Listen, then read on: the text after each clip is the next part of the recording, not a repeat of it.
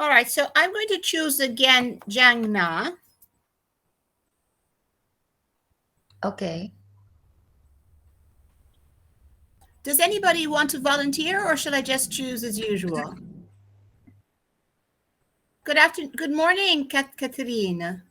Good morning. Good And morning, everybody. oh, you see, she said good morning, everybody. Very well mannered. Good morning, Anna Krom. Good morning, Professor. How are your children?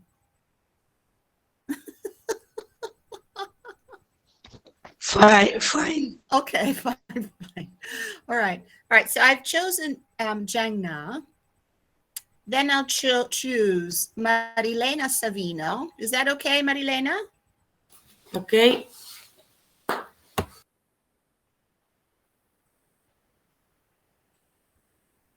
Good morning, Francesca Parilla. Morning. Good morning. Good morning, Lucy Yon. Good morning, Professor. Good morning. And good morning, Sara Onofrieti. Hi. Hi. All right. And then I'll choose Francesca Parilla. Is that okay, Francesca? It's okay.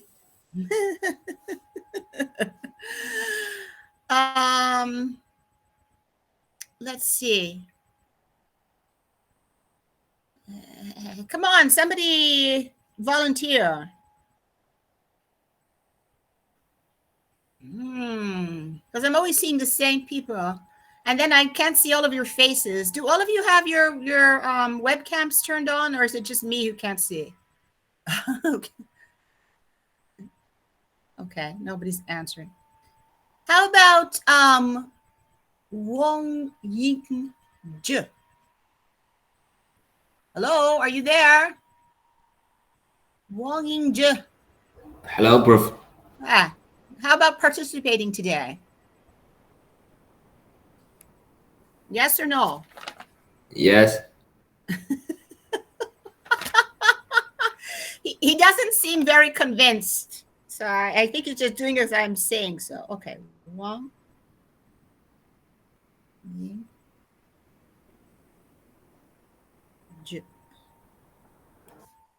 So that's 4. Anyone else?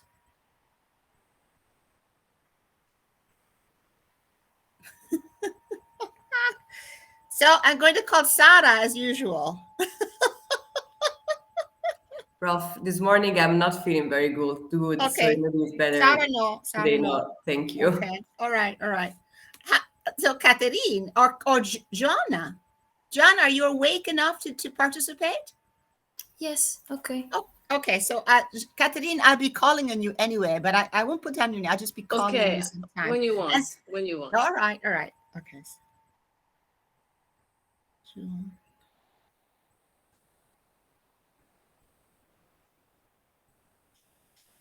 Okay. So before I share the screen, did any of you have a chance to do the homework for today? That is, do the reading and look at the videos, the video. Yes? Yes? Okay, Yes. so that helps. So Catherine, who is our sculptor, at least I know that she is a sculptor. I don't know who else is a sculptor. What did you think of Liza Lou's kitchen, Catherine? I was quite surprised at the beginning, but watching the video, I really appreciated it. It's a full immersion. It's a fantasy world. I really liked it. I appreciated it a lot. Even if at the beginning I was quite skeptical. Yes, skeptical. Thank you. Do you find any analogies between her work and Oldenburg's works? And Oldenburg's artwork? Do you remember Oldenburg, those things that look kind of like trash? Oh, yes. No. No. Not at all. All right. I find Okay. it very interesting, the beds things and the way she covered everything with the same materials. I don't want to I don't know how to express it. It's a full immersion in a different world she made, and Yes. we all know everything about beds. We all wear it. We use it, but in this kind of way, it's very different and very funny. In fact, it It's brings also, me did you find it happiness. intimate as well? Intimate? Not really? Yes, but not. This is not the more funny. It brings me Ah, more happiness right, and right. She joy even says and joy. that. She says that. She says that. Yes. All right. So that was so we're going to be reading through and talking about some of these things. So that was Liza Lou. How about Louise Bourgeois? How do you pronounce the last name? Catherine Bourgeois? Bourgeois, Louise Bourgeois, Louise Bourgeois. Bourgeois. Were you familiar? Let me stay with Catherine, then I'll ask Francesca. Were you familiar with her cloth works, Catherine? No, I knew her because of the big spider mother. Uh-huh. But the other things I didn't know. It was quite a discovering, in fact. I'm Ah. not sure I like it a lot. It's You're not, interesting, but I'm more oh, familiar with the big work of the spider. so you're not sure that you are interested in, I, or that I it have to captures study you. more. I have to study it more to understand Okay. well. All right. Francesca, what did you think of her cloth sculptures? Oh, I didn't know him before, Her, so her. oh, sorry. Uh-huh. So Oh, it it's was, quite interesting. uh, uh, uh. Okay. And Valeria, what did you think of, did you like the Liza Lou's kitchen? Did you see the video? Sorry, I didn't feel very well this week, so I didn't saw the video. Oh, Didn't see the okay. video. I'm All right. sorry. No, well, no problems. It's just that it's difficult to kind of enter into the lesson. Salvatore, what did you think of the video? The video is interesting, but the concept of the sculpture for me it's wrong because In what sense? What sense wrong? I didn't wrong know that something could be right or wrong. I thought that something could be interesting or not interesting. But however, go ahead. wrong in the disposition in the museum because it's visible the wood part, and I think a kitchen it's a kitchen, and he englobed the structure in a room without to see the wood stock. Oh, okay. So not that the sculpture or the installation is wrong. It's the exhibit design that you don't agree Yes, with. the exhibition.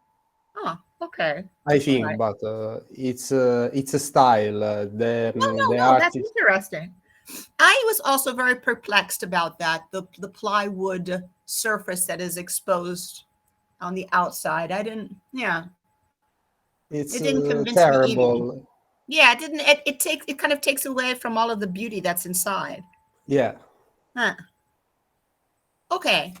All right. So let's share the screen.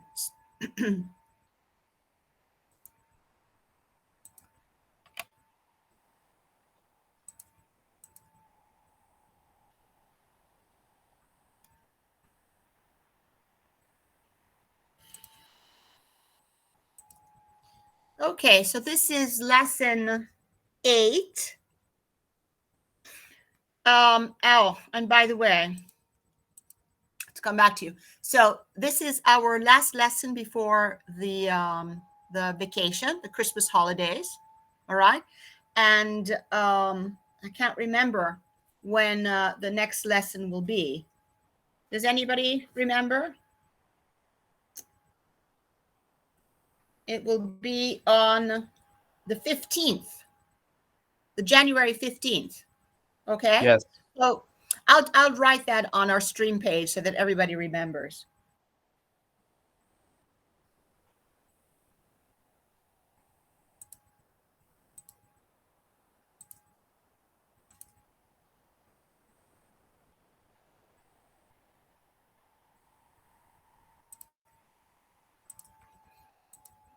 Okay, and today we have our test, right? I already told you about that last week. And so it will be principally grammar, narrative tenses, passive voice, and a bit of syntax. Does anybody have any questions about this? Speak now or never.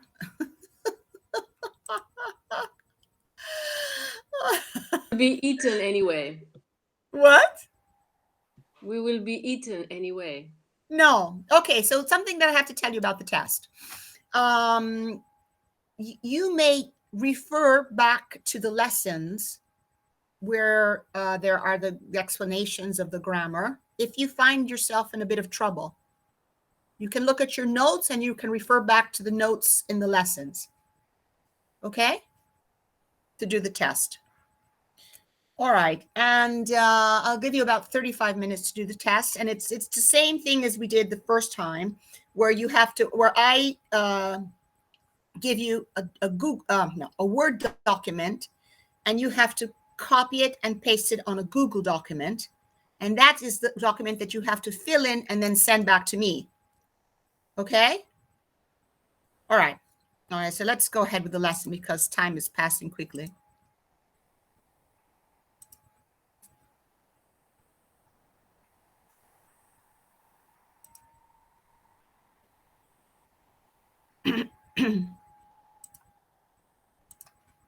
Okay, so this is very small.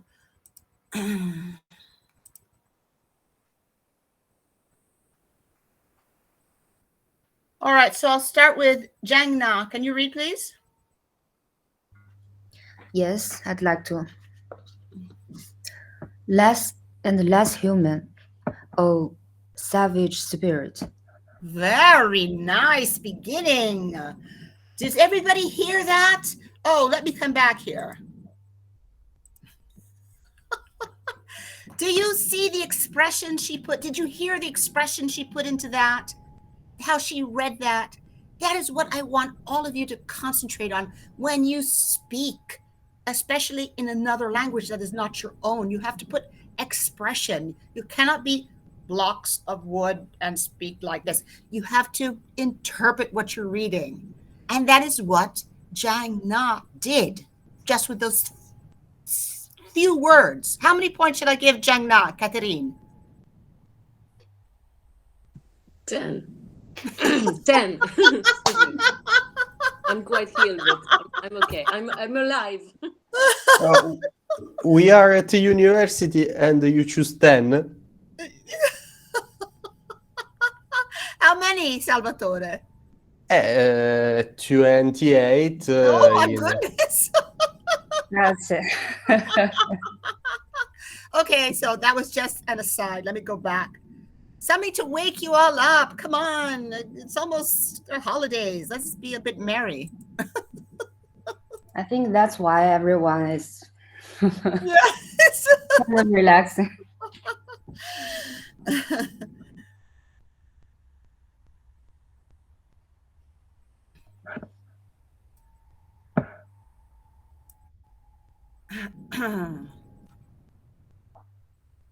Okay, continue.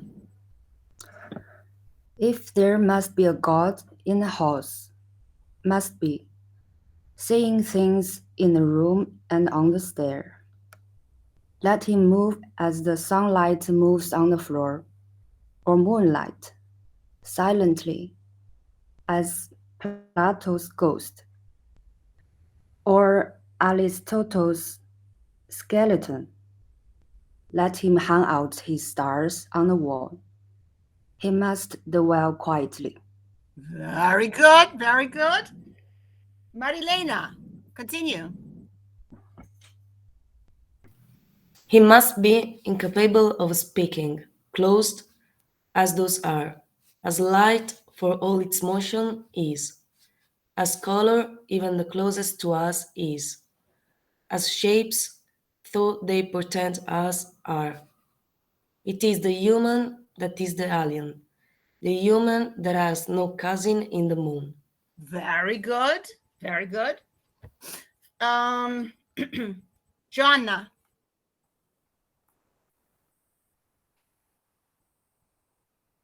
Are you there, Joanna? Yes, yes. Okay.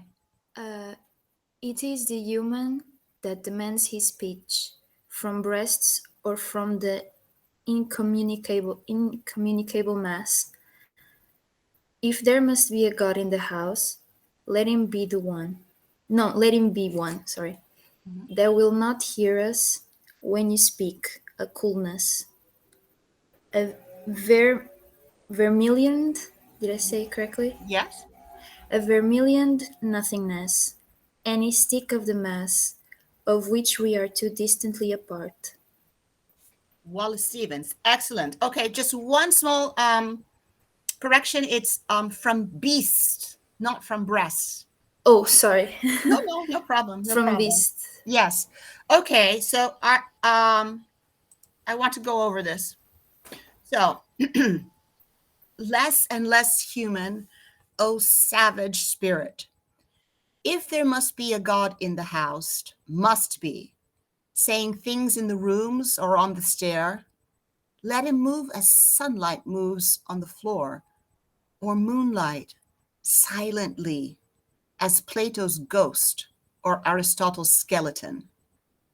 Let him hang out his stars on the wall. He must dwell quietly. He must be incapable of speaking, closed as those are, as light, for all its motion is, as color, even the closest to us is, as shapes, though they portend us are. It is the human that is alien, the human that has no cousin in the moon. It is the human that demands his speech from beasts or from the incommunicable mass. If there must be a God in the house, let him be one that will not hear us when we speak, a coolness, a vermilion nothingness, any stick of the mass of which we are too distantly apart. All right, let's look at the vocabulary words. So the first word, and then we'll go through the poem. What is the meaning of savage, Francesca Parilla? Do you know? I think something not really bad, but selvaggio, we say. So,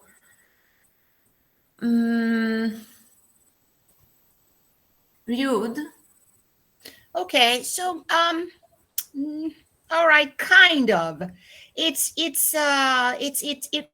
related. Okay, so here it's an adjective, right? It's not a noun, because you could say a savage, and that means maybe a person who's kind of fearful. But here, as an adjective, it refers to like an animal force of nature, something that's fierce and uncontrolled, really, really strong. But All right. should be something raw. Raw. Yeah, like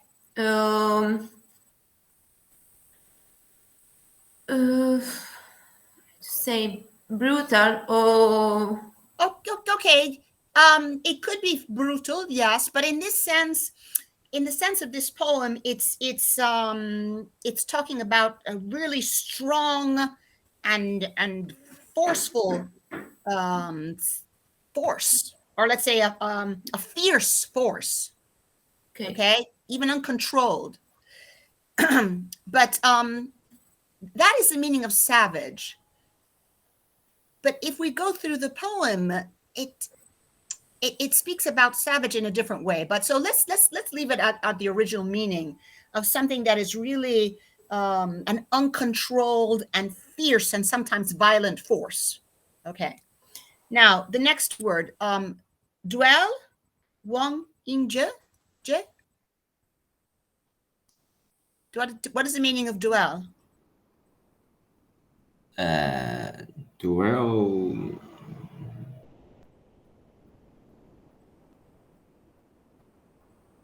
If you don't know it, just tell me.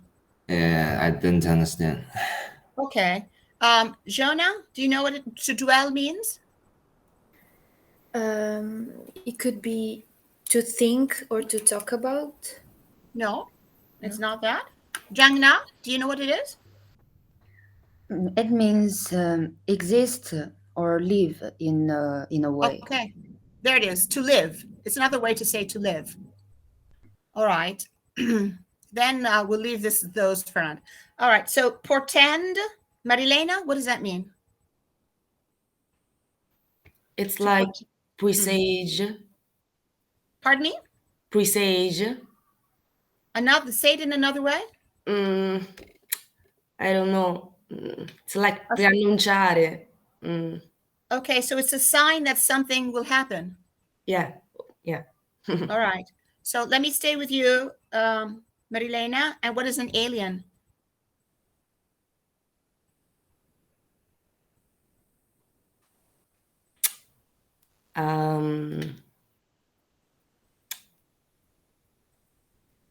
A creator that live in another world. Yes. Okay. That we think is from another world. Okay. Yeah. All right. And Francesca, so what is we have vermilioned. So what he's done is he's taking the word vermilion, which is a thing, a noun, and he's made it into an adjective by adding ed. What is vermilion? Do you know? It's a color. It's like a bright reddish orange color. Very good. Good. Okay. And Jonah, what is stick? A stick.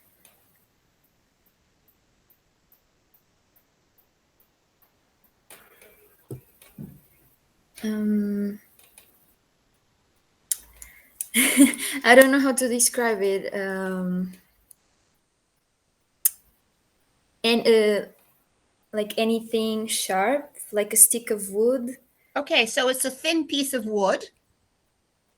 Yes, it could be, yes. It's a thin piece of, it could be, all right. So this word stick has several meanings. So it's a thin piece of wood. It can also mean, if you use it as a verb, but here it's not used as a verb, to adhere, right? So for example, when you use glue to stick something on the page or on something. So if we think of it as either a thin piece of wood or as a thing, we could also say adherence. Okay. All right. So let's go back to the beginning. So less and less human. So less and less human, not so human, oh savage spirit. So Jangna, what is this saying at the beginning? Just that first title, in your opinion? I'm not so sure. I think first, I think it means less and less civil and less humanity. Oh, savage spirit. But it also can mean less and less human have a savage spirit. Yes, right. So I agree with the second one. So it's saying, oh, savage spirit, you must be less and less human. The less human you are, the better it is. All right, so let's go on. I'm going to stay with Zheng now. So how should the god preferably act? So it says, if there must be a god in the house, must be. All right, so if there is the spirit in the house, and there has to be the spirit in the house, and the spirit is saying things in the rooms and on the stair, how must the spirit act? Let's go through it.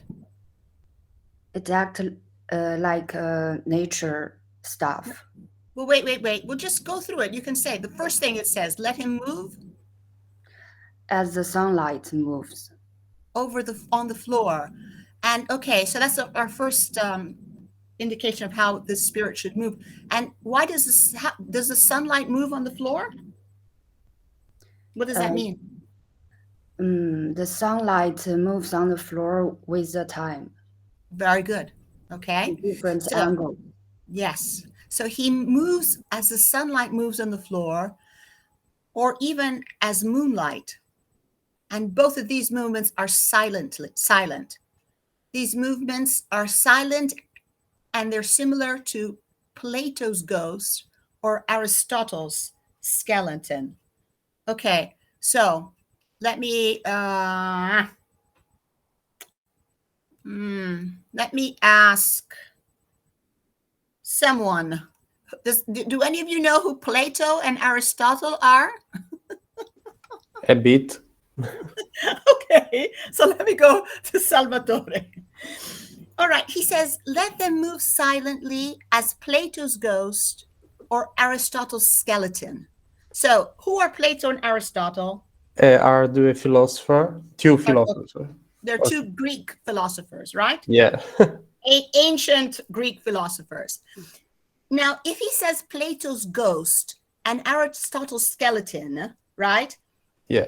Does this communicate something about the soul of these two? Of these two image, because Plato said we are only a part of the soul in the universe, but Aristotle, no, I don't know in English. Yes, Aristotle. Aristotle said we are a mass, not only a soul, a mass in this world. So there are two synonyms of soul, and also of their way of thinking. No. Yeah, it's a different way of thinking, because Plato in the school of Athens point in the sky, and its philosophy is that all of our world is an idea of a god. Aristotle in point in the middle with the hand, that that means we are creature with a corpse, with an atoms, with a flesh. All right. All right, 1 second, excuse me. Jang Na, how many points do we give to Salvatore? Sorry, I just heard the end before I lost my internet. Oh no, he said it was very good. So say it again, so very quickly. Okay, Plato said that we are only souls. Our soul may reincarnate in every creature. So there must be a god that every time reincarnate our soul in a different creature. Aristotle thinks, thinks, because he is actual, that we are only flesh or corpse in this world, in this material world. So what we're saying, Jang Na, is that when he speaks about Plato's ghost or Aristotle's skeleton, he's referring to their way of conceiving, of understanding the world, right? And so basically, and so Salvatore, you can correct me. I would say that if you say Plato's ghost, you're talking about something that's ethereal, right? Intangible. Yes. And if you say Aristotle's skeleton, you're talking about something that's tangible, that's concrete. Yes. Okay. All right. So Aristotle theorized the 12 state of matter. Okay, there you go. So we have ethereal and concrete. But okay, so this we're saying that let him move silently, not on both as Plato's ghost and or Aristotle's skeleton. Yeah, both are important. But I agree with Aristotle. Okay. All right. So Jang, now where can I say just something? Yes, of course. Yes, I just want to add that the common point in this description is that they are shown in a dead form, in a dead shape. A ghost and a skeleton are dead things. Maybe it refers to the savage spirit. Of course, yes.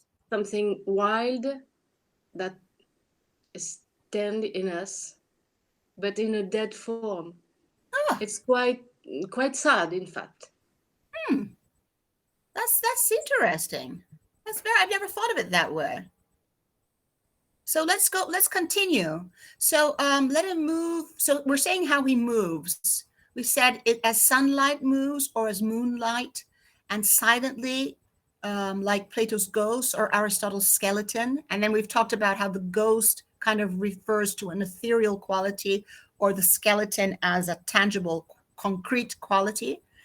And then we say, let him hang out his stars on the wall. That's another thing. So he has to move he moves like sunlight. He moves like moonlight. He moves silently, and he hangs his star out on the wall. He has to live quietly. So again, we're repeating this silent and dwelling quietly, even though, as we said at the beginning, that this is a savage spirit. So it's something that has a very strong force. He must be incapable of speaking, right? Closed as those are.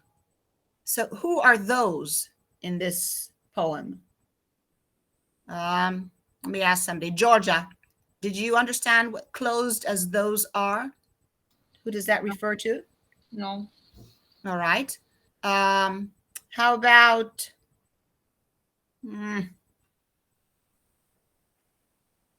somebody else? Jonah, do you know who those are? I'm not sure. Maybe the spirits? Yes. Yes. Closed as those are, that is the spirits. So it's something that's doesn't speak. It's closed. It's been, he says, closed in what way? Closed as light, even though light has motion. All right. So that's referred back to the sunlight and the moonlight moving. Closed as color, even the closest to us. This refers maybe to that the question of maybe color subjectivity, colors, even though we give meanings to colors. And then closed as shapes are, even though they portend us, even though they indicate other meanings to us. Okay, so these are all of the ways that this of the behavior of this, that this spirit should have. And then the poem goes on to say, it is the human that is alien, the human that has no cousin in the moon. It is the human that demands his speech from beasts or from the incommunicable mass. Can anybody tell me what does that mean?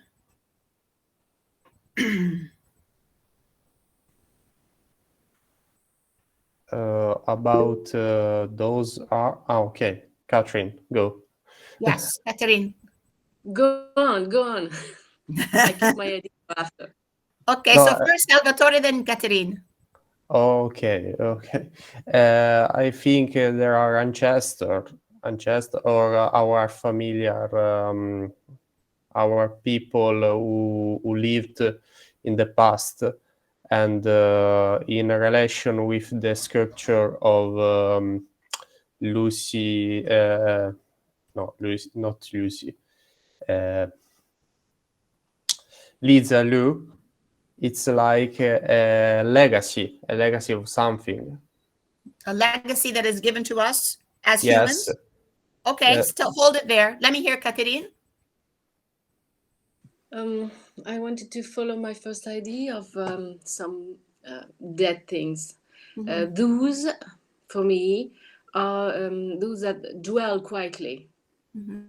And if the human is an alien, because the human is still alive in a kind of, when the city is crawled, and you feel like a ghost in a city full of ghosts. You are the alien because you're alive in a city of dead. So if it refers at Plato and Aristotle ideas that lies on the floor as a light, or a light from the moon, or it's something that stands with us and just some of us are capable to feel it and to understand it, to see it, to be able to see it. Okay, that's So enough. we That's a, are the I'm sorry. aliens Mhm. in a dead world. All right. Does anybody just else like see it it. in another way? Because I have something to add to this. I want Sarah? to say something. Sorry. Okay, so Jiangna. Yeah, I think I'm agree with Catherine, Mm. and I want to add something. The human is the alien because the most of the human is are civil, because less and less human have the savage spirit, and the beast or the incommunicable mass refers to the things that are uncontrolled, but human refers to things that is ordered and controlled. Okay. All right. So let me add something to these ways of looking at it. I have one other way of looking at this. So if he's saying that he's speaking about this spirit or this God in the house, if it must be a God, right? If there must be a God in the house, it should be in this way. And then he's saying, in comparison to how this God must be, it is the human that is alien, the human that is not like the God, that is outside of this type of way of being. It is the human that has no cousin in the moon. The human is not like the God that moves like moonlight silently. And it is the human that demands his speech from beasts or from the incommunicable mass. So this also is another thing, that the human looks at a dog and it says, sit, come here, don't do that now. Have you ever looked at people with their animals, or are any of you like that? I mean, I've seen so many people try to like reason with their dogs or their cats as if they could almost respond to them. Or it is the human that demands its speech from the incommunicable mass, from the divine. Sometimes we pray, or we look towards the divine, and we're expecting something from it. Therefore, he said, if there must be a God in the house, let him be one that will not hear us when we speak. It has to be something similar to a reddish nothingness. It has to be a part of the mass that we are no longer a part of.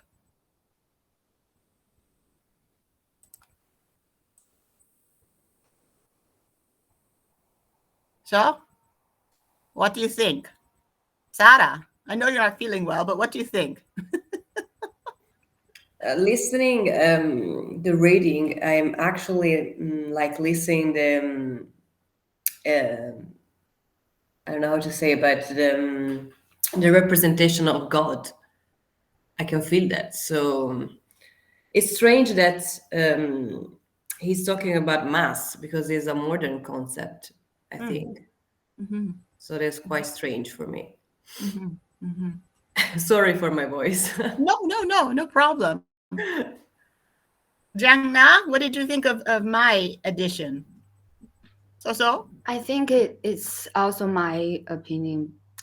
Like a human is different. Human is different from the spirit and the animals and the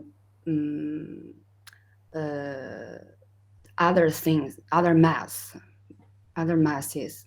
Mm-hmm. But for me, it's a very surprising poem.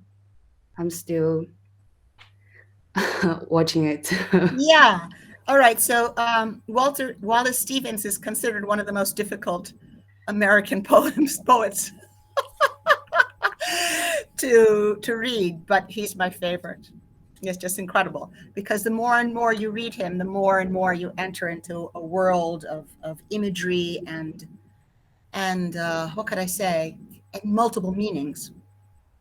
Valeria, what did you think of the poem? You're quiet today. I agree with Zanna. Your personal interpretation about God and human.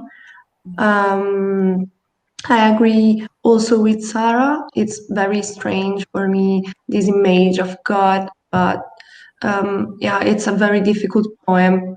Very difficult poem because I think that human is animals too, but this poem is very difficult because puts human over the animals, but under the God, and it's it's like another not animal, another creature, the human.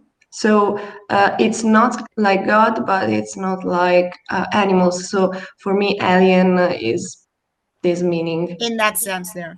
Yeah. Okay, good. Let's go back. Oops.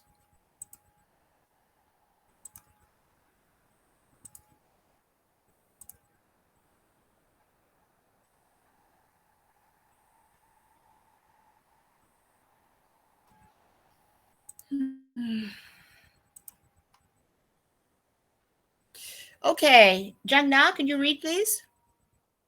Yes. Can you see? I can see my PDF. Okay, well, I'll just make it a little bit bigger for everybody. Oops, sorry. Oops. Also, I think it's big enough. Oh, it's big enough. Oh, okay. Yes. Go ahead. Nouns, verbs, adjectives, plus prepositions. In English, many nouns, verbs, and adjectives are followed by one specific preposition. Some verbs plus a preposition are not to be confused with phrasal verbs. Phrasal verbs are verbs that can be followed by a number of different prepositions or adverbs that usually change the original meaning of the verb. Okay, so that's the most important thing to understand. What we're going to be looking at here are not phrasal verbs. So phrasal verbs have the same kind of a composition as a verb plus a preposition. However, a phrasal verb takes on a different meaning than the base verb of the phrasal verb, then when it is composed with the preposition. So what I've said has become very confusing. And I actually don't have an example for you. But in the case of these verbs with prepositions, that as we can see in the second box here that I'll open up in just a moment, if you say to refer to, right, it doesn't, this to does not change the meaning of refer. It just enhances the meaning. However, with a phrasal verb, you will find a verb and a preposition, and the preposition changes the meaning of the verb. So, for example, if I said to you, to look forward, to look forward is a verb, okay? It means to look ahead of you. If I say, look forward and you will see the traffic light, okay? That means to look ahead of you. But if I say to look forward to, that completely changes the meaning of forward. To look forward to means to wait for something with pleasure.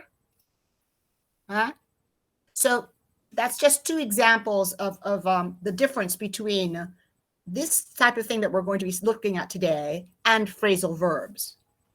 So, for example, we have nouns and prepositions here and verbs and prepositions, but did I do the, oh, excuse me. All right, so I didn't do adjectives. All right, so anyway, so let's look at just a few of these nouns and prepositions first. So, Marilena, can you read the list with 4? Yeah. Demand for, a substitute for, some responsibility for, a need for, a bid for, some respect for, an exception for. All right. Can you tell us the meaning of some respect for? Another way to say it?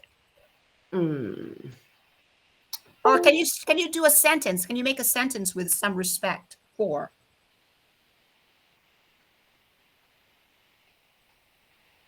I have to think. All right. So you think about that, and let me ask everybody think of a sentence with some respect for.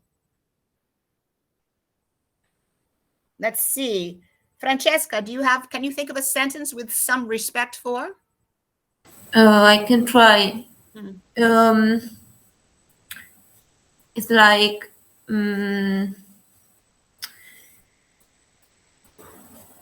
they need some respect for what they did. Or Not really. no, because Not okay. Think about that a bit clearer. Because before some, there should be another verb. Let's see if somebody else can do that. How about Wang in je? Yes, and make a sentence. Yes, some respect for. Like I have some respect for caregiver. For what? A person. Guevara, I think. What is a Guevara? Che Guevara. Oh, Che Guevara. Che Guevara? Yes, yes. Okay, so all right, so he did that well. In the sense that before some respect, there's usually have. So you should have some respect for elderly people, or you should have some respect for people in general. All right. Okay. Very good. All right. So Wang Yin could you read with, please, the examples? With contrast with, some dealing with, a relationship with, some environment with, and some sympathy with. Sympathy. Sympathy. Sorry. Okay. All right. So Jean Fernandez, a relationship with? Oh, I have to make a phrase. Yes, a sentence, please.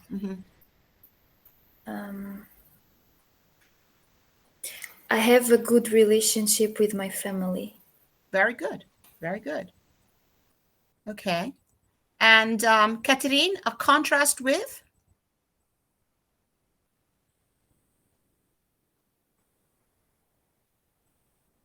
Are you there, Catherine? Yes, I'm there, but the contrast with, I don't know. I don't know. When I don't have no idea. I have to think about it. I try. All right. All right. You think about that.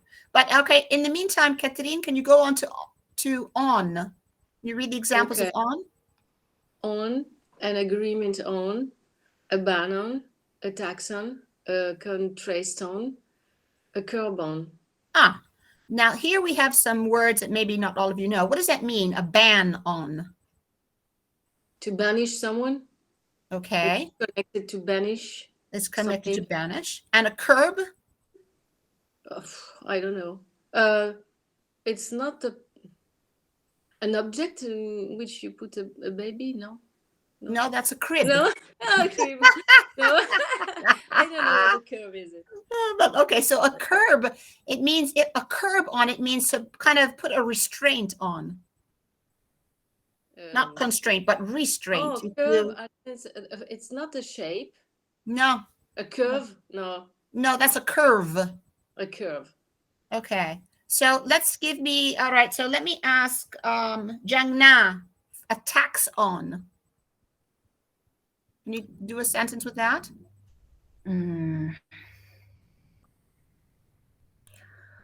The city will make a tax on all the companies. Okay. The city will put Put. a tax. Okay. All right. Jangna, can you read in off? Yes. An increase in, an increase of, a fall in, a fall off.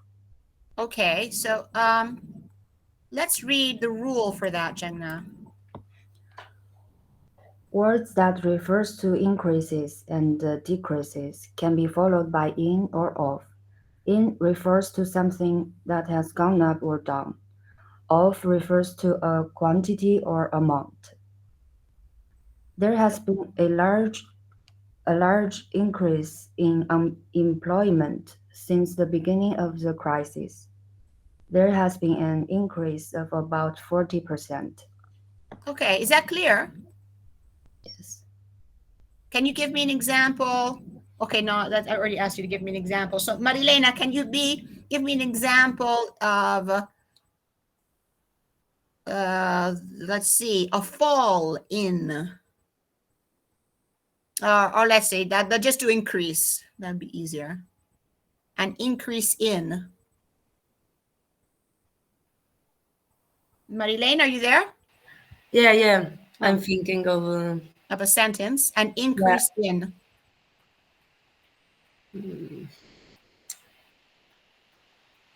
I don't know. It's difficult to think. All right.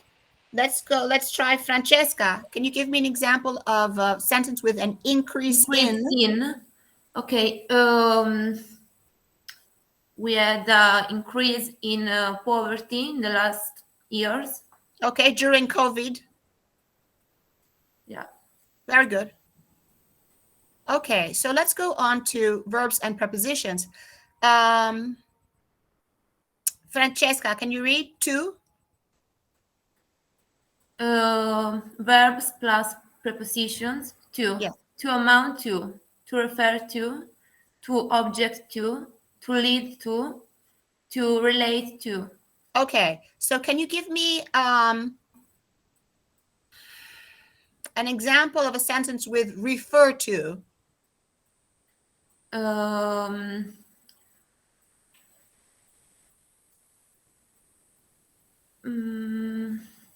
what does Wallace Stevens refer to, or who does Wallace Stevens refer to in the poem? To the spirit. Okay, so Wallace Stevens? It refers to spirit and difference between spirit and human in the poet that we read. Okay, so he refers to the difference between the spirits in the human and the spirit in the house. Yeah. Okay. All right. Wang Yingje, for? For, to apologize for, to opt for, to account for, to pay for, to aim for, or art. Okay. What does it mean to opt for? Opt, I don't know. Okay. Zhang Na, do you know what that means, to opt for? It means to choose, to Very make good. a choice. Very good. Can you give me an example of a sentence with opt for? I cannot to opt for. Sorry, wait a minute. So I can't opt for what? I can't opt for cat and dog. No, that's not a good one. Well, for one thing, That is not in that. This is not in that sense. But you're close. or you could say, I cannot opt between neither for a cat nor a dog. Can I use between? No. No. Or you could say, I cannot opt for a dog. Do you follow me? It's not that you're saying that when you say you opt for that, you're saying I can't choose between this and this. You're just saying the one thing that you cannot choose. Okay. You follow? I'll try again. All right. I cannot opt for not have a dog. Ah, okay. So you got a double negative there. Yes. All right. And let's see. Somebody who hasn't spoken. Valeria, what about to account for? What does that mean? Account. To account for. Do you know what that means? I don't know what account is. Okay. So to account for has a specific meaning. It doesn't mean like you're something that you have in the bank or something like that, which, okay. So it's to account for. Let's see if Catherine knows that. What does that mean, to account for?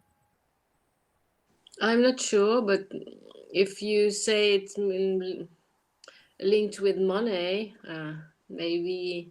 No, it's not linked with money. No, it's not. Not necessarily. Okay. Not necessarily. How about Sarah? Do you know, Sarah? To account for? If I remember, it's like to explain or justify. All Maybe. right. That's closer. Or to be responsible for. Okay. So I cannot account for his behavior. Do you follow? Yes. Oh, so these, you see, it's a good thing we're going over these because they're not clear to all of you. All right, so let me have Jona Fernandez read with. To sympathize with, to comply with, to associate with, to supply with, to agree with, on. Okay, to agree with or to agree on. What is the difference between to agree with and to agree on? Can you think of two examples? I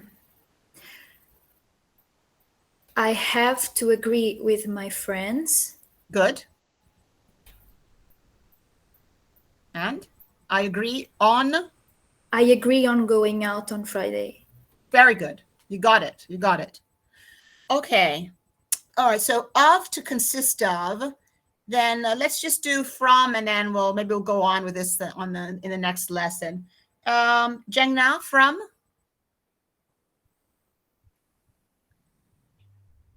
The stem from, to profit from, to benefit from.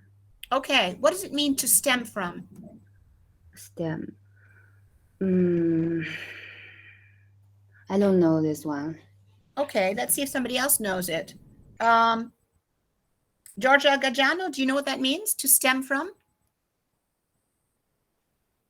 No, I don't know. All right. I can't see everybody. Goodness gracious. How about Anna Medarska? Do you know what that means, to stem from?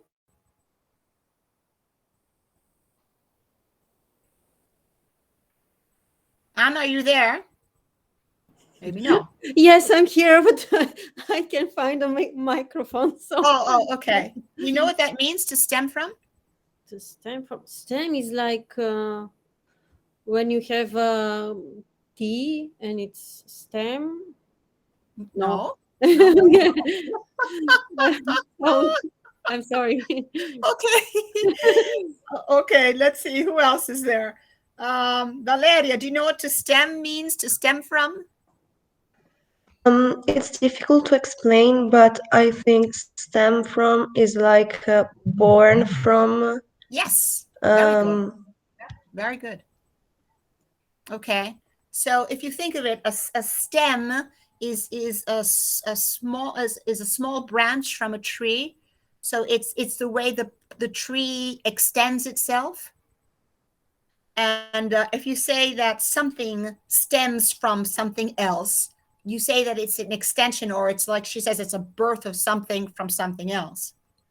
So Valeria, can you give us an example with to stem from?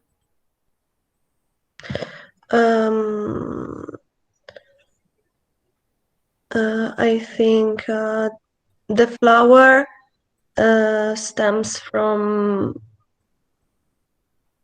The plant. Sorry? From the plant? Yeah. Okay.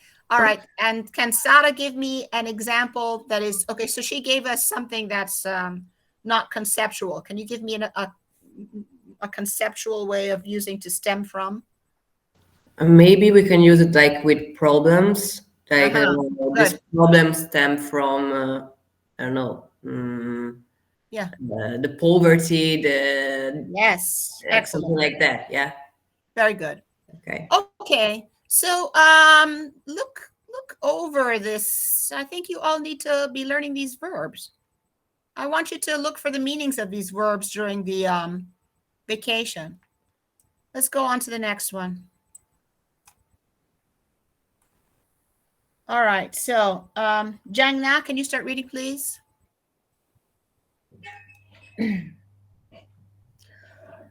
Louis, sorry, I don't know how to read her name. Catherine. Louise Bourgeois connection. Bourgeois. Bourgeois. Bourgeois. Bourgeois or bourgeois? Bourgeois. Louise Bourgeois' connection to fabric goes back to her childhood years, when she helped out in her family's tapestry restoration workshop. As an adult, she long associated the act of sewing with repairing on a symbolic level, as she attempted to fix the damage she caused in personal relationships. She even held a special regard for spools of thread and needles as tools that served this purpose. Very good. So does everybody understand what fabric is? Is there another word for fabric, Jang Na? Cloth. Very good. Cloth. All right. And repairing, what does that mean? Repairing means to make it good again. Very good. Very good. So we could say make it good again or restore to a good condition. Yes. And then we have spools, but this is hard to explain. Do you know what a spool is? I have one, actually. Okay, let me see. It's like this for the strings. Ah, so look at her. She has a very big spool of thread. This tells us a story. Do you sew? Yes, I do clothes for myself, for fun. Oh, so you know how to make clothes? Yes, I learned before in university in China. Very fascinating. And if I asked you to make me something, I'll charge you. You charge me. So did you find this did you find her cloth sculptures interesting? Very much, because before I only know her big sculptures and drawings, and I never saw her work with the fabrics, and I like them. Yeah. Have you ever created cloth sculptures? I want to be honest. Recently, I want to do something, but I'm still thinking about the idea, the concept. Oh, very, very nice. Do you see how many things we discover today?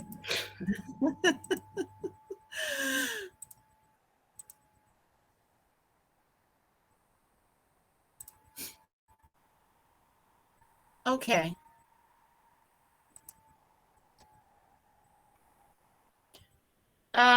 Marilena, fabric.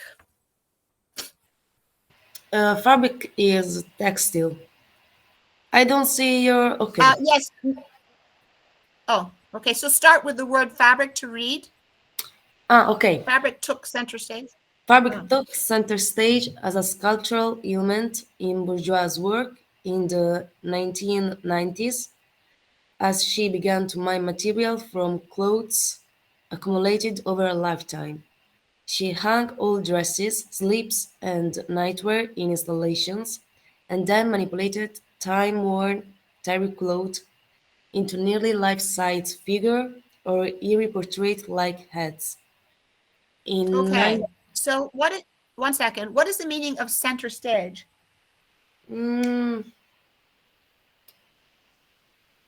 in the center of her work, I think. All right. So it like a very prominent position. That's when you use the word center stage, you mean becomes the most prominent part or the most important part, okay, of her work in sculpture. All right. And to mine, what does that mean?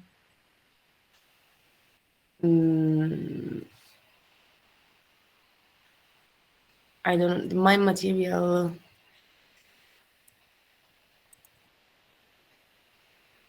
I don't know.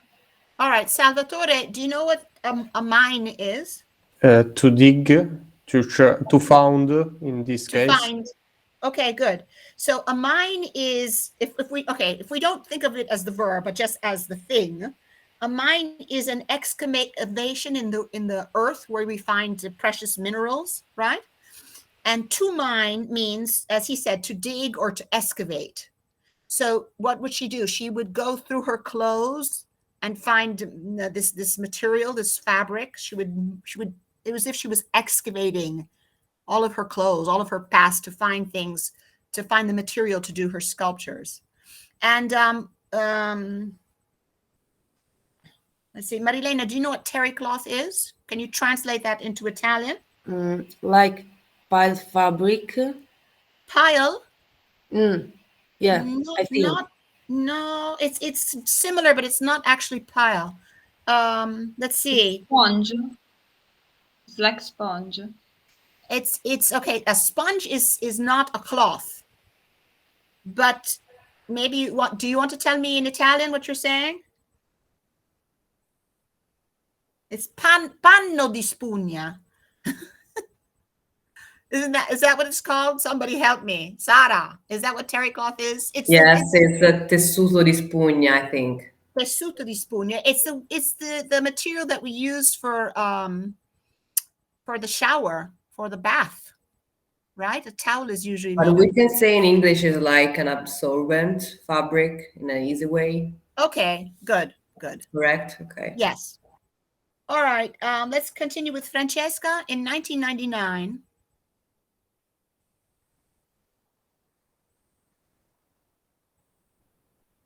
are you there, Francesca? Oh, sorry. I was reading by myself for myself. Okay, in 1999, she hired a seamstress, Mercedes Katz, to help with its work and set her up in a workshop-like area on the lower level of her house, where she also installed two small printing presses. By 2000, bourgeois had turned to printing on hold and handkerchief, and then other fabrics. She also constructed books of fabric collages. Okay, so let's go over a bit of the vocabulary here. What does it mean to hire? It's like to hold, to keep. No. It's to employ, like okay. Call someone to work. Good. To give someone work for money, for wages. All right. And what does it mean to set up? To set up. Do you know? It's like make.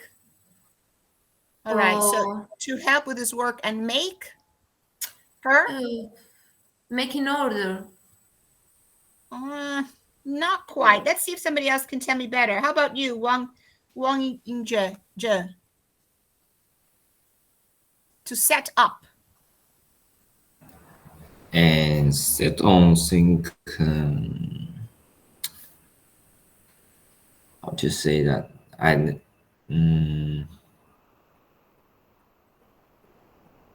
open something, or I'm not sure. All right, so you're a bit closer. So it's to make arrangements necessary for something. You make arrangements that what it's saying, to help with this work. Okay, she placed this Mercedes cat. She arranged an area for her to do this work. She set her up in a work-like area. So now workshop-like, look at this. This is another kind of thing that we can do with English.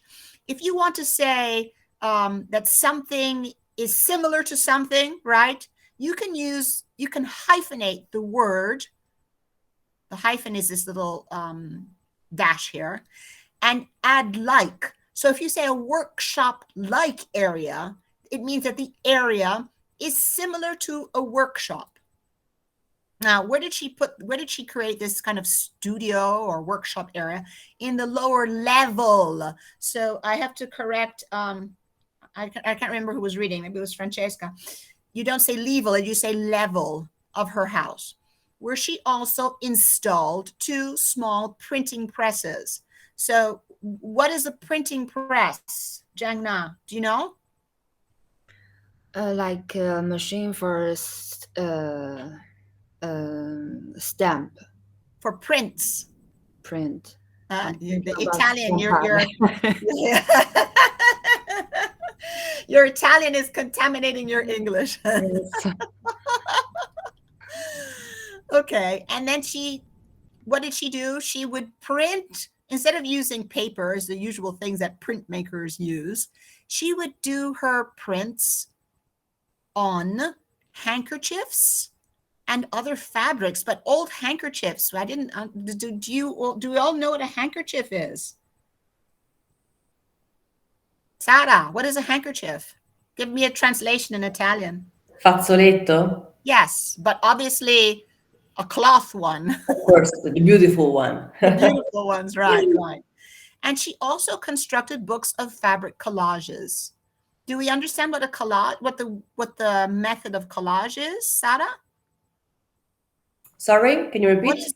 What is the method of collage? Usually you take different parts, small parts, cuts, and you put together. Of different materials? Yes. And you put together. Usually paste them, right? You stick them. Exactly, you stick on them. another support. Okay. So here we have 2 of her fabric sculptures. Actually, these, when you see a photograph, you're not aware of the dimension. They're actually quite large. But, I mean, we'd have to see it in comparison to another person to see how large they are. Okay, let's go on. So here we're going to be looking at the other cloth works of Louise Bourgeois. And this is a book that she made actually from her handkerchiefs, her monogrammed handkerchiefs. I don't know if you can all see this. Do you see the monogram here? Yes. So yes. it's a book that's made of her monogrammed handkerchiefs. And since we have our person who will give us the correct French pronunciation and the translation, our lovely Catherine, she will say this for us, because it would be so nice to hear it with the correct pronunciation. How do you say this? Ode à l'oubli. Oh, it sounds so nice. And what does it mean? I know it in French. Can we say ode to forgetting? Or not really? No, ode, I think it's more a kind of a poem. Yes, it's when Yes. someone put an idea on something for not forgetting it. And l'oubli is a forget. So she's venerating the fact of forgetting, maybe. Ah, Because so she made a a note to poem. someone, a poem to dedicate something to someone. So it's a something. poem. Okay, a poem dedicated to forgetting. Yes, I think it is. I don't have the real definition of ode because it's a very old word we don't use in the But you've hit it. You've done that much better than the usual translations, because you're right. An ode is dedicated to something. It's Yes. that part that is dedicated. So it would be a poem dedicated to forgetting. Yes, Very because good. oubli is forgetting, but you can make an ode to the sea, ode to Right. God, ode to love. And I don't have the word in Italian, I'm sorry. I think in Italian is ode all'oblio. Ode, vedi? Can be. The same word. Yes, but okay. So Sara, but what is oblio? What is l'oblio? It's not really forgetting, is it? No, in it's Italian? no, is I don't know, maybe we say like non cadere nel dimenticatoio, maybe something like that. Something can be, yes, it also can be to forget. But it has other meanings, doesn't it? This oblio. Like void. Avoid. Yeah. Thank you, Yeah. Salvatore. Nothing. But Catherine, so Yes. can it also be, does it have that kind of a connotation also in French, is oubli, like void? L'oubli, in French there is also les oubliettes, in the place in a castle when you put someone you want to forget. In the kind of prison where everybody will forget this, but it's connected to the forget. Okay, but not to a sense of a void. No. Okay. But it can be a void. When you forget someone, this someone is a void. It's yes. Okay. That beautiful, beautiful. Excellent work, everybody. Okay, so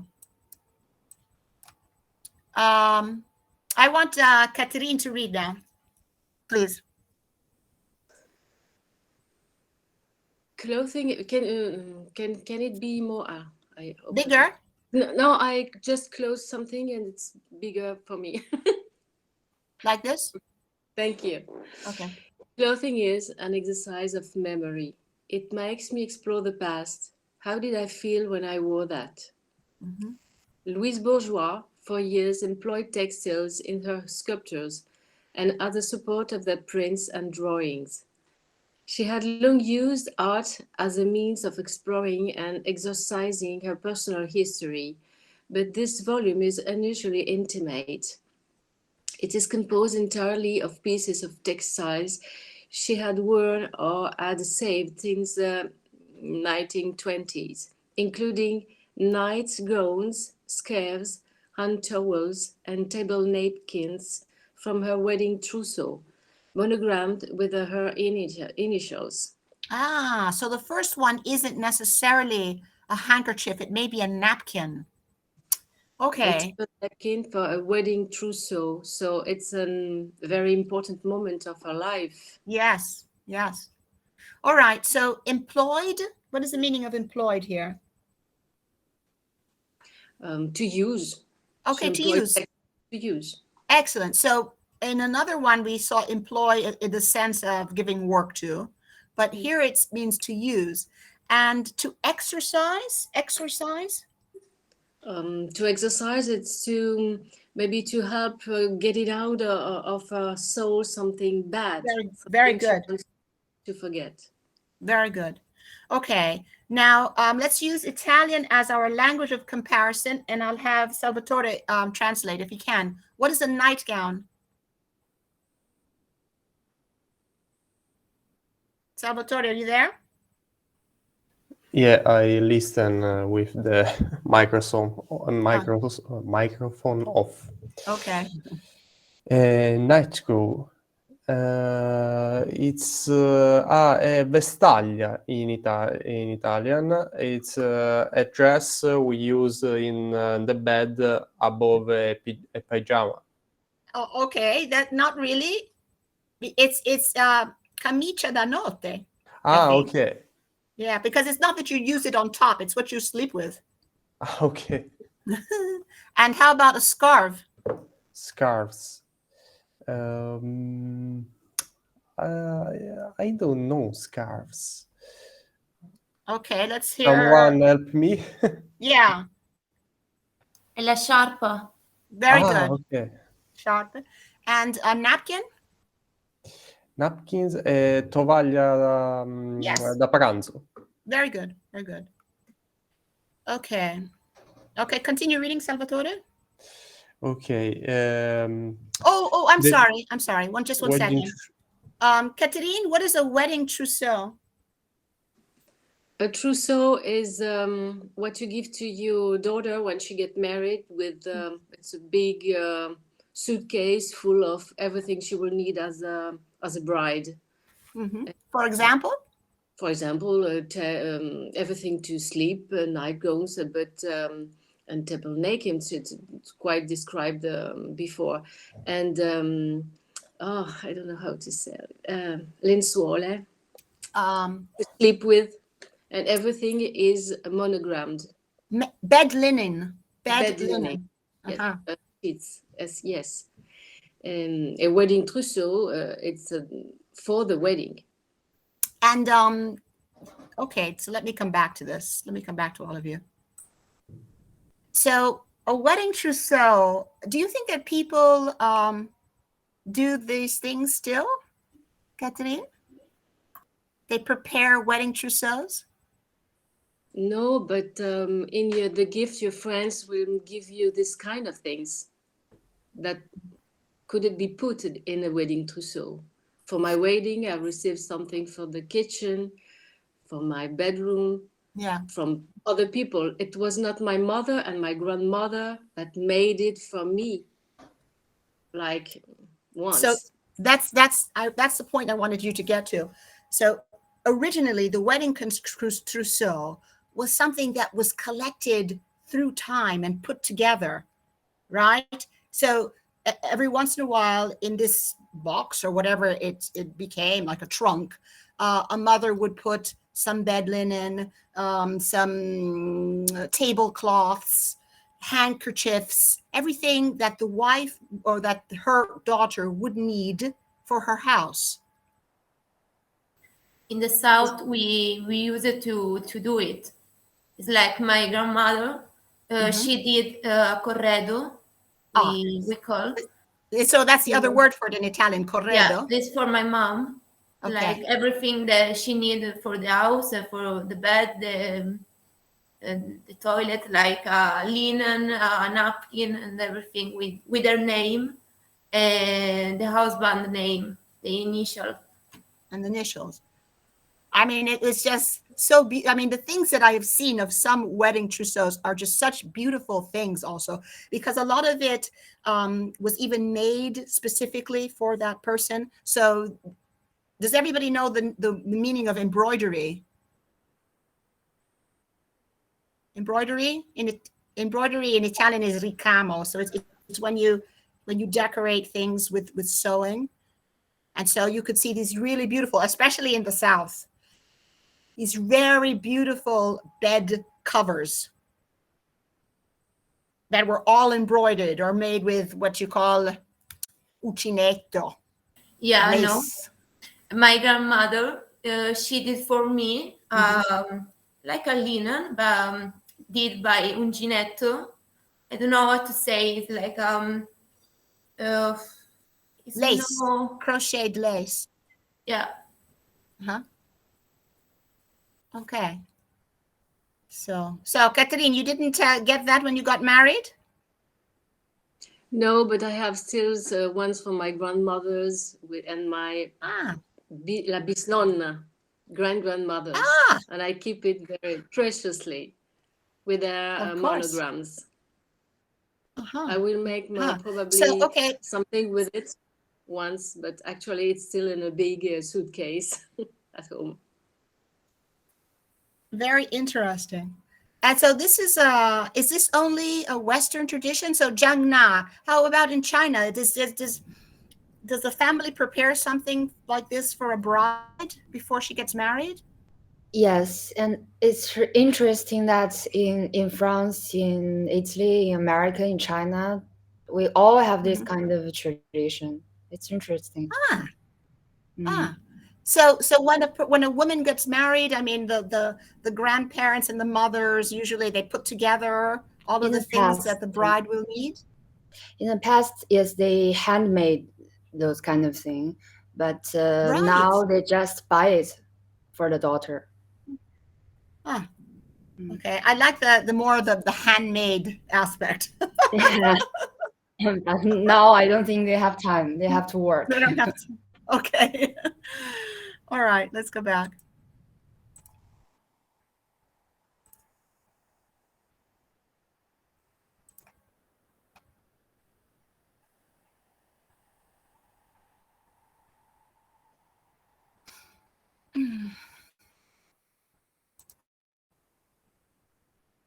Okay.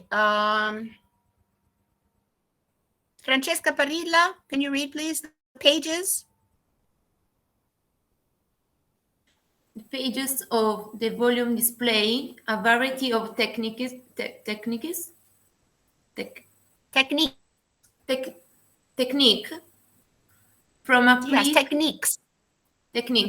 Appliqué and quilting to embroidery and weaving.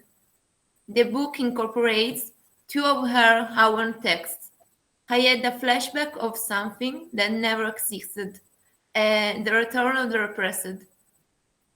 Okay, so we don't have much time, so I'm just going to leave this vocabulary to all of you. All right, so let's see. It's 10:33. Let me come back to you. So do you need to take a rest? Or shall I just give you a rest just before the test? Which one? Do you need a rest now, or could I give it to you just before the test? Somebody answer. Before the test? All right. Is that okay, everybody? Yes? Okay, fine. Yeah.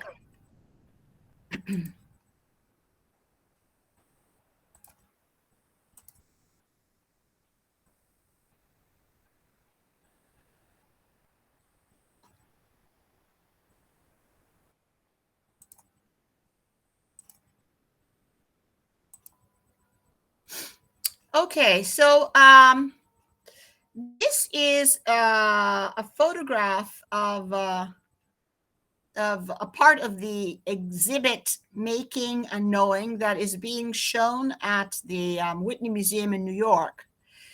And our reading has concentrated actually on Maya Lu's kitchen. And Salvatore said an interesting thing, that he found the exterior part of the kitchen not in line with the whole exhibition. It's as if there's kind of a discord. It's disconnected, because if you can, and I can see what he's saying, it looks somewhat primitive in relation to the inside, but maybe that's the intention of the artist. I don't know. Maybe it's functional. Can I say something? Yes. I think it's something create to keep the precious that there is inside, because inside is really full of particular. Yes, full of details. Yeah. So it's to create that kind of a very sharp contrast between this very detailed and colorful inside, and then this stark outside. Yeah. You think it's intentional? I think so. How about you, Jangna? I agree with Francesca, Mhm. and it refers to the before this concept we discussed, entering the image and out of the image, and it gives a very strong feeling. Like outside is very simple and rough, and inside is so crazy and detailed and delicate. It works for Excuse me. me, she connected to last week's lesson, so we have to give her another point here.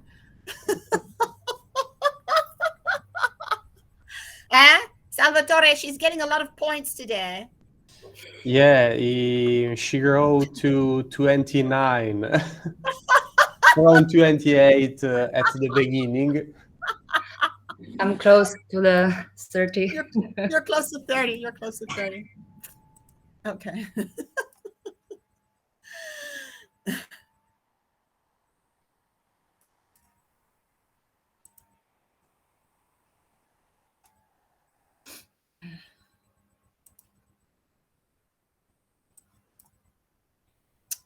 Oh, I don't think we have time to read this. We'll read this the next time.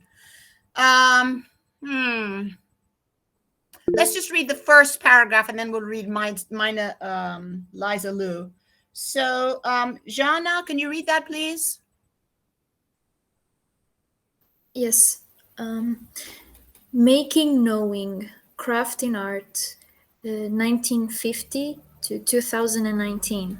Foregrounds how visual artists have explored the materials, methods, and strategies of craft over the past 7 decades.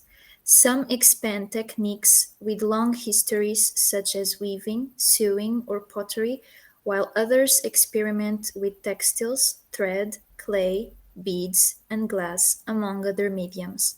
The traces of the artist's hands-on engagement with their materials invite viewers to imagine how it might feel to make each work. All right, continue reading just the next sentence, please.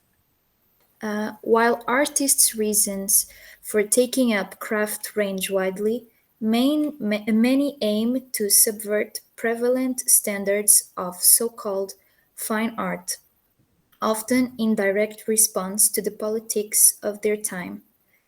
Okay, so the concepts that are interesting here is how craft has been used even in the fine arts, because usually craft is not considered the fine arts. It's considered, just being able to make things with your hands. Okay. But however, these artists have chosen to use the crafts, right?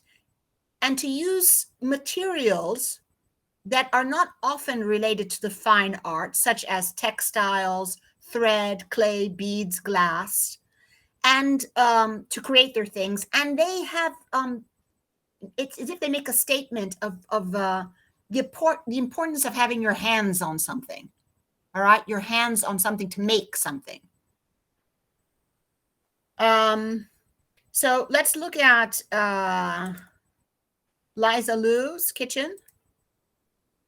So this whole, can somebody describe this kitchen for me? Because not everybody looked at the video. So Catherine, can you describe what is, why is this kitchen so unique?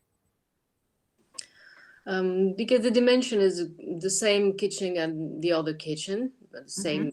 You can come inside, but you can't use the things. The difference between craft and arts is usually that you use craft to do something useful, and the useful of the art is still to be discussed. So you cannot cook anything in there. Good, very good. Okay, but you can imagine, imagine cooking. And yes, but the cakes are made. You can also see what you can do inside. It's very funny, very funny. And Very good. That's a good point. That's some points for Catherine as well today.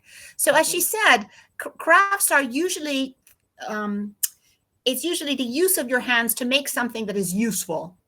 Whereas here she uses her hands and uses the traditional materials, a traditional or a material of craft, such as beads, in order to create a work of art, which we engage in by looking at it, not by using the things. Have I said it? Is that okay? yes, and about the exterior of the artwork, looks like a box. I think it refers to the typical houses in America. A lot of houses are made in wood. So this is a box, and this is a house. Excellent. And this is the place where we live, and we can imagine living in something exactly like what we want. We like in a dream, because it's not the truth. Nobody can have this kind of kitchen. But that's a very, very interesting point that you've said, because okay, so the construction of the house is very similar to that construction that we see on the outside. But once when you give somebody a house that has no decorations, nothing inside of it, right? It's just a construction. Then it is the person who personalizes it. Maybe that's also the sense. You have this bare structure that becomes personalized by the person. And in this case, it's the bare structure that becomes personalized by the artist, that becomes a part of the person who lives in it. Okay, let's read quickly. So let's see, who wants to be Liza Lou? Hello? I have to choose somebody. Okay, today I am a woman. Okay. All right. So Salvatore, you're Liza Lou. Yeah. And Wang Inje is Jenny Goldstein. Okay. Go. I really wanted to make it clear that this was a work about ignored women, that I was making a monument to women. I didn't want it to just get lost in the haze of joy, of women who have been washing dishes and making pies for all eternity. And it's a thankless task. And then there is more. I wanted to make a monument to that kind of labor. I wanted to make a monument to what is unsung. The kitchen took 5 years. I was working by myself when I was doing it. Okay, what does it mean, unsung? It's like unspoken. Good. Anything else? Not celebrated, not praised. Okay, not okay. Okay. All right, Liza. Jenny. The kitchen is 1-to-1 scale kitchen that is for incrusted, totally covered with individual applied glass beds. It's made up of plywood exterior. Some of the components are fabricated, and some of them are found, like the refrigerator is an actually refrigerator. The oven is actually. Okay. So very good, Jenny. A few pronunciation. So it's encrusted. All right. And it's plywood. Now, as you can all see, I highlighted the word like. So when I ask you to speak, super perfect English, or when I ask you to write super perfect English, it's because I want you to avoid making the mistakes that a lot of people make, even English speakers, when they speak. So this is a bad habit here that's going to, I guess, become part of language, using this like all over the place. And it just makes me crazy. Okay. So she says some of them are found like. Now, if you consider the meaning of like means similar to. So if you say some of them are found similar to a refrigerator, that is actually a refrigerator, you're saying that there are a lot of things that are similar to a refrigerator, but not actually a refrigerator. The correct way to speak here is to say some of them are found such as the refrigerator is an actual refrigerator and the oven is an actual refrigerator. So many times people are now using like, not only to say similar to, but also to say such as. And that's my fixation. I can't stand it, but hey, you're going to see this all over the what you're reading today. And be careful to don't do that type of mistake when you write something for me, because I will say it's an error. Liza, read, please. I wasn't someone who was interested in craft. I hated sewing. But I walked into a bed store and just bead, okay. But I walked into a bead store and just was sort of taken back by an incredible color.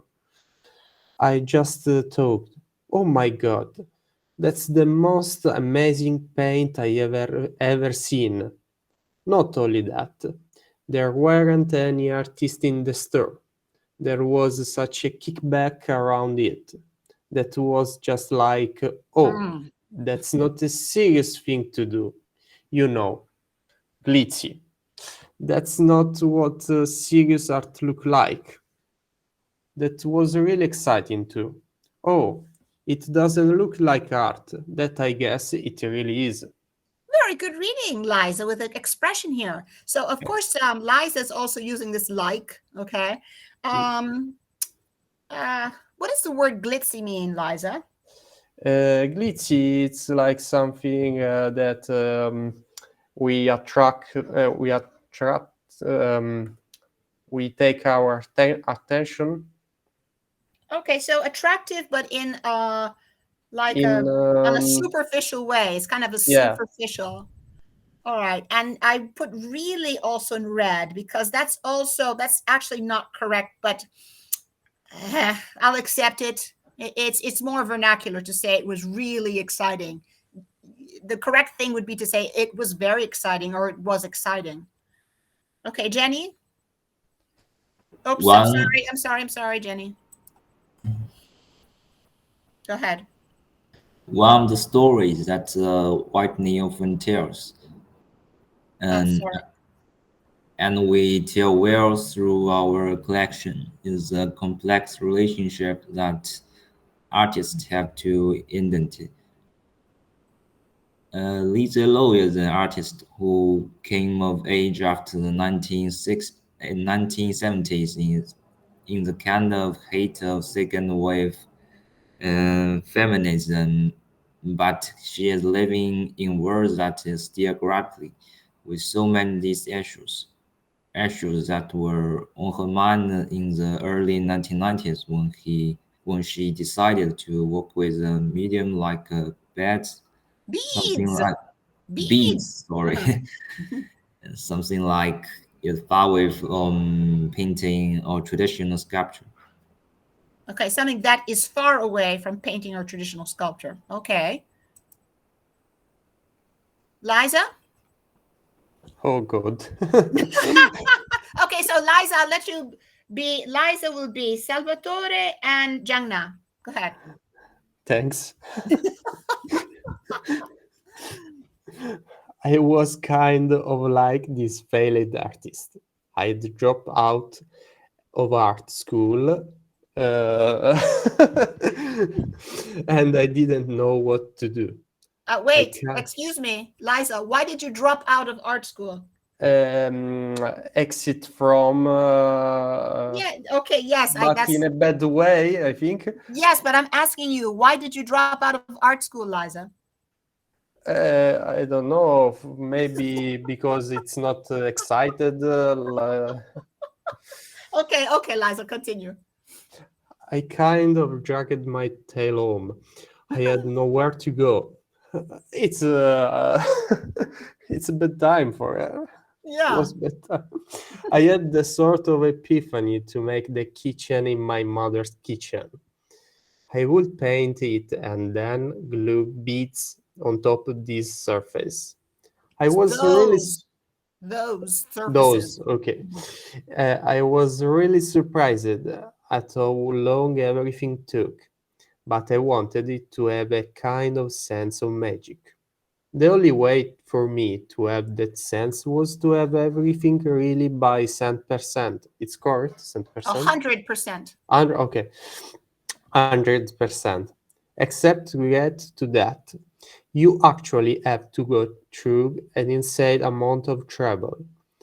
That disconnect between that magical spot and the labor is a really interesting tension. Thank you, Liza. Liza Jangna. I have a question.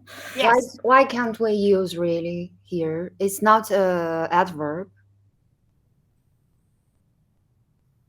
Because when you say really, it's more in the sense of the word. It's a really interesting, what you mean in this one here? Labor Yes. is a really interesting tension. Why do you In say all that? sentence you highlighted in the article. Mm-hmm. I don't understand why can't we use it. I use it a said, lot. I said I would accept it. However, it's kind of redundant because it's if you're saying that it's interesting, then it's already real. You're just reinforcing it. Yes. So you either say it's a very interesting tension, or I will allow it's really interesting attention. But it's for perfect English, it's somewhat redundant. Okay. Okay. So go ahead, Liza. So there's a lot happening. It's kind of mix between things that are and things aren't. On the table, every single one of those frosted flakes is made of paper Mache. mache. Then there's the newspaper. Housewife beats the word. There's a grocery list: sugar, butter, beer, milk, TP. Inside the sink, one of the dishes that you can see has a red band around it and has those little patterns. Those little patterns are germs that I found in a biology book that kind of showed that germs look like under a microscope. I was always kind of tapping into an American pop vision around happiness, and throughout the piece, there are references to derogatory Yes. popular images of women, things that kind of piss me off. Then, to sort of really make something incongruous on the oven, there's an Emily Dickinson poem. She rose to his requirement, dropped the playthings of her life, to take the honorable work of woman and of wife. I really wanted my daughter to see this work because I think that an artwork can stand for a certain kind of hope or a certain kind of tenacity. It can radiate. Look at what happens if someone cares so deeply about something and they don't stop. Very good. All right. So there are two things that I want to talk about very quickly. So Catherine at the beginning said that she kind of felt there was a homage to happiness within it. And as you can see, Catherine, she says I was tapping into, that means she was trying to explore the American pop vision around happiness. And even, I mean, these colors and everything, they kind of bring us to a sense of happiness. But however, by putting this poem on the side of the oven, she says she rose to his requirement, that's obviously husband, and dropped the playthings of her life to take the honorable work of woman and of wife. But these playthings is somehow given back to us, I think, in the shape of the kitchen. Catherine, what do you say? I think that she added some sarcastical way to see this happiness, and this happiness can be more superficial as beds are superficial in our way to look. When I wear jewels, when I make up my eyes, and I'm added something superficial to myself, and the truth is under these beds, not what we see. The funny other thing is the whole American culture and pop culture is very peaceful to watch, to be seen, and we all like it. Must say it. We are all mad about American pop culture. We wear it, we buy it, we wear some films on our shirts, but the truth is always what we are and who we are, not what we are wearing. And this kitchen is wearing something. So it's a surface, you're saying, this pop Yes. culture. And behind it, Yes. there's more of the reality. Maybe the truth of the American culture is not just what we see. It's more Very complex, more rich, obviously more rich. And Uh-huh. when she does it in a kitchen, maybe she's making a kind of critics of what the woman tape must be. Let me think about a lot of things, in fact. Valeria, you've been quiet today. What do you think? Sorry, about what? About the kitchen? I didn't Yes, listen, sorry. the fact that she says that she was kind of trying to explore the concept of happiness in American pop, as revealed as an American Yeah, pop yeah. culture. I agree about the concept because before I thought that the out of the kitchen was very similar about a container. So like American pop 17s, like consumism, etc., etc. So I think that the artist and our artwork would underline this concept of the container of this type of American, I don't know, culture. Is that what you're saying? Yeah. The consumism and the inter-export, etc., etc. And Sarah, do you have anything to add to that? I think the most important part in this artwork is the women part. So I don't know. It's like the object of this artwork, that is the kitchen, is more important than all the rest. I don't know. I would say that.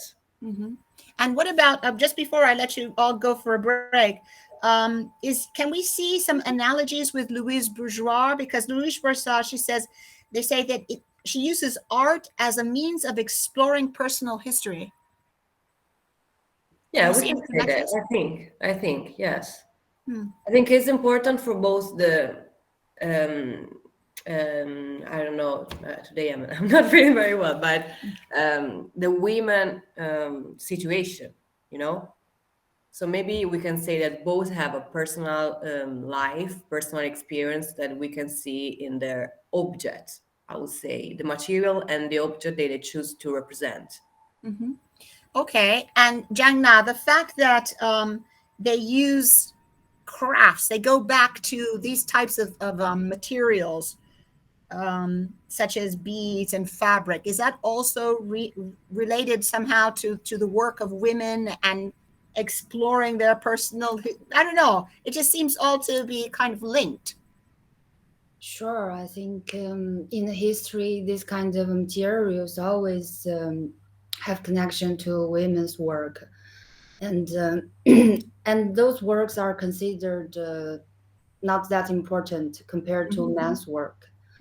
And I think that when the pop art goes to the popular culture among people, it lost something, because in the pop art there's a ironic part, but when it goes to the popular culture, it just left the superficial part. And Okay. Very good work, everybody. So I'll give you 5 minutes. No, actually, let's say at 11:05, let's be back here. Okay. So you have a few minutes to freshen up before the test. Okay.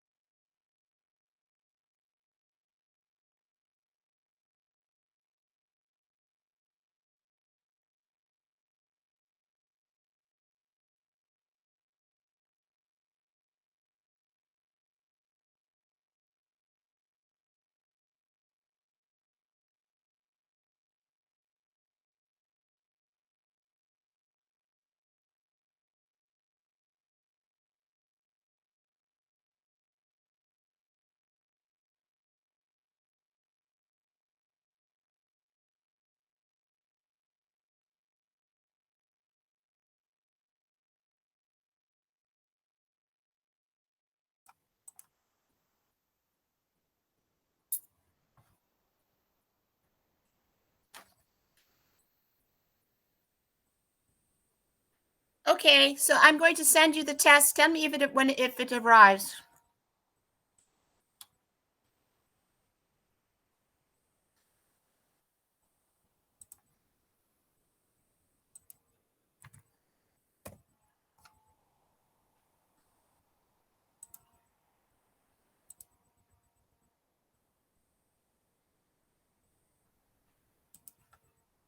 Has it arrived? Yes. Giorgia? Salvatore? Okay, fine. Go ahead, everybody. Do the test. So remember, you have to copy, you have to create your own Google document. You copy mine and you paste it on your Google document. And that's what you'll be sending me. Clear. Okay.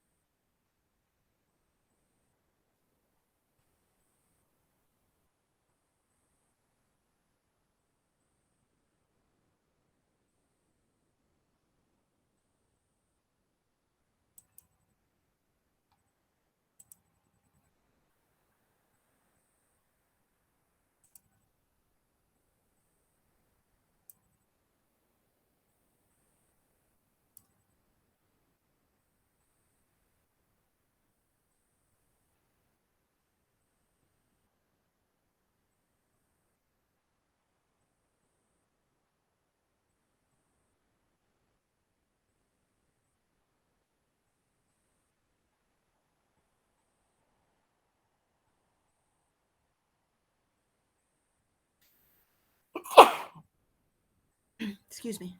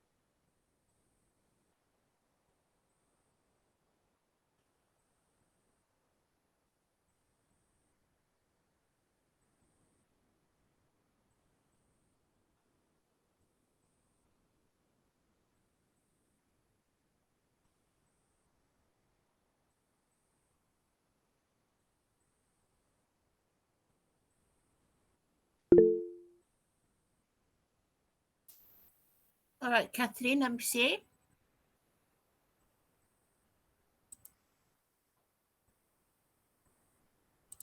Yes, Catherine, your test arrived.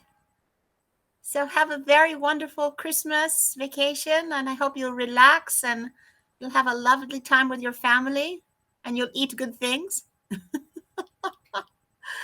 Catherine, are you a good cook? No, my husband is. Oh, do you have a special menu for the holidays? No, like the Italian, we eat quite the same. Ah, okay, all right, all right. Is your Italian? Is your husband Italian or French? No, he's a French from Paris. Ah, and you eat the same things as in Italy. Yes, because Christmas is the same traditional way in our two countries. So, for example, do you eat fish on Christmas Eve? Yes, yes. But for example, on Christmas Day, maybe you eat a turkey or a goose. Yes, some chicken thing. Some chicken thing. Yes. Oh, all right. Good, good. So have a nice vacation. Thank you, and have a nice Christmas, all of you. All Ciao. right. Bye. Bye. Bye.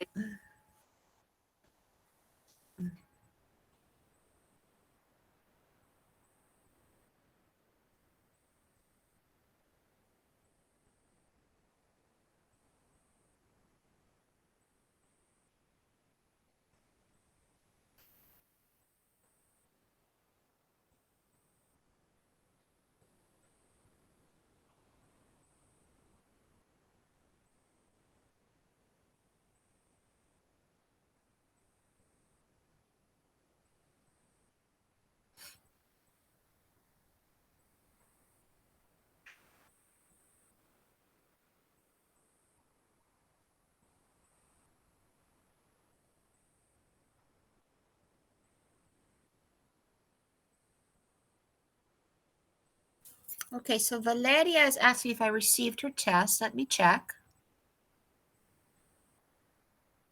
Yes, Valeria. Thank you. Right. Have a nice holiday. You too. Sorry for today. I don't feeling very well.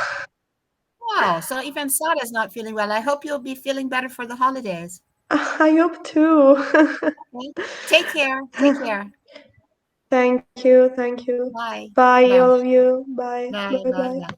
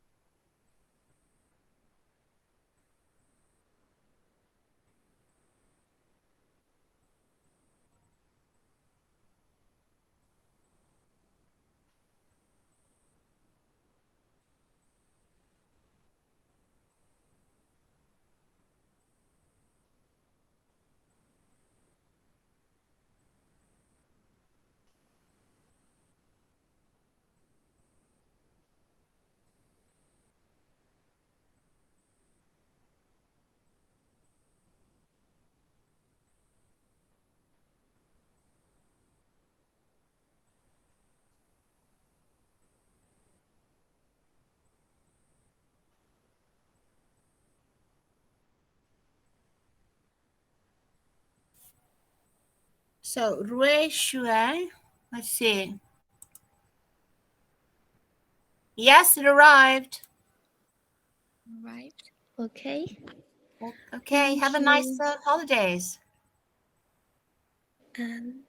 You too. Have a nice Christmas, and Yes. see you after Christmas.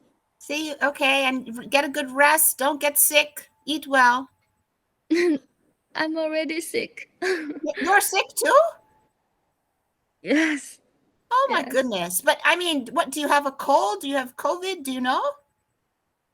Yes, a cold and the pain in my stomach and my head, all of Oh that. no. Oh my goodness. So I mean, already 3 of the students are like that. Okay. So take care. Go to bed now. Yes, Drink yes. some tea. Thank you. Okay. See you after Christmas. Okay. Bye-bye. Bye. See you too. Bye. Bye.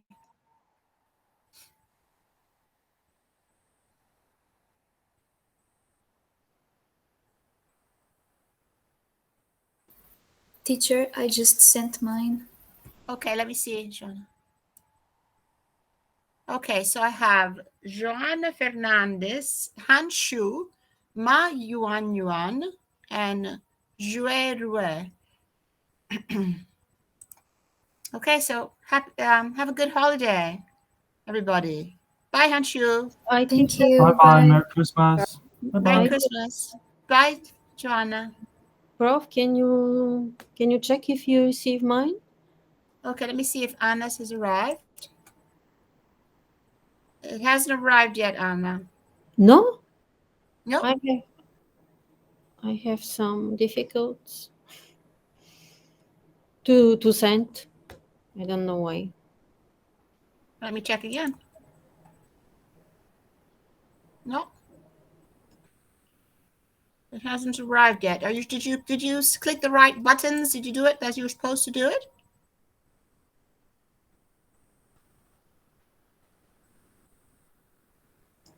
Maybe now? Okay, let's check. Yes, now it came. Yay! Okay. All right. Have a nice vacation. Have a nice vacation to you, Prof, and all of you. All right, thank you. And you take care of yourself. Get your rest. Don't get sick. Okay, you too. Okay. Bye. Bye. Bye.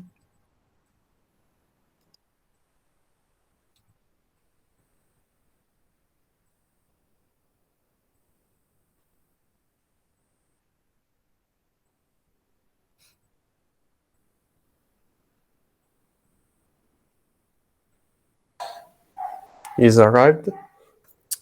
Salvatore, let's check. No? No.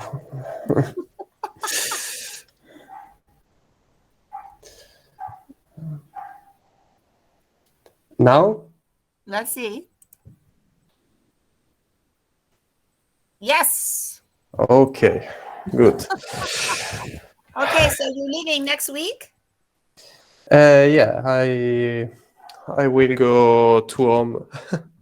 Okay, that would be very nice. You'll be eating some good food. Good food, good weather. Good weather. Okay, all right. So, and also you take care of yourself. Don't get sick. You too, Prof. Okay, thanks you. Bye Have a bye. nice holiday. Thank you. Bye. Bye at all. Goodbye. Bye. Professor, and also I finished the test. Okay. Xiaozhou. See? 1 second. Ye Xiaozhou and also Wang Yini. Yes. Yes. And also Anna Krom. And also Oh. Huang Yu Yao. Okay, thank you. All right. Have a nice vacation. You too, Professor. Thank you. Bye. Bye-bye. Bye. Anna, I received yours. Did you hear me? Yes. Yes, Professor. Oh. Okay, so Anna, have a nice vacation. Try and rest. You seem a bit stressed. Thank you. Let your children have to let you rest, Anna. Thank you so much. Okay. All right. Bye-bye.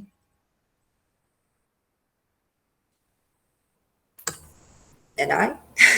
Yes, Wang Yini. I saw your test. Okay. Okay. Have a good vacation. Thank you. You too. Thank you. Goodbye, Okay. Fluff. Okay, bye, bye, bye. Take care now. Bye.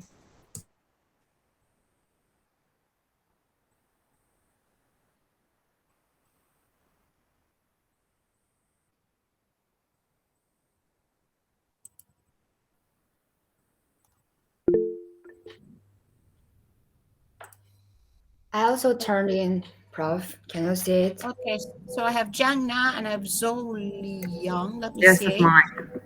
All right, so Jiang Na I received, and also Zhou Liang.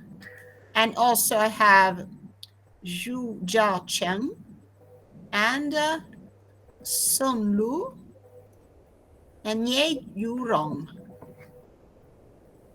and Li Yutong and Lei Xiaoying.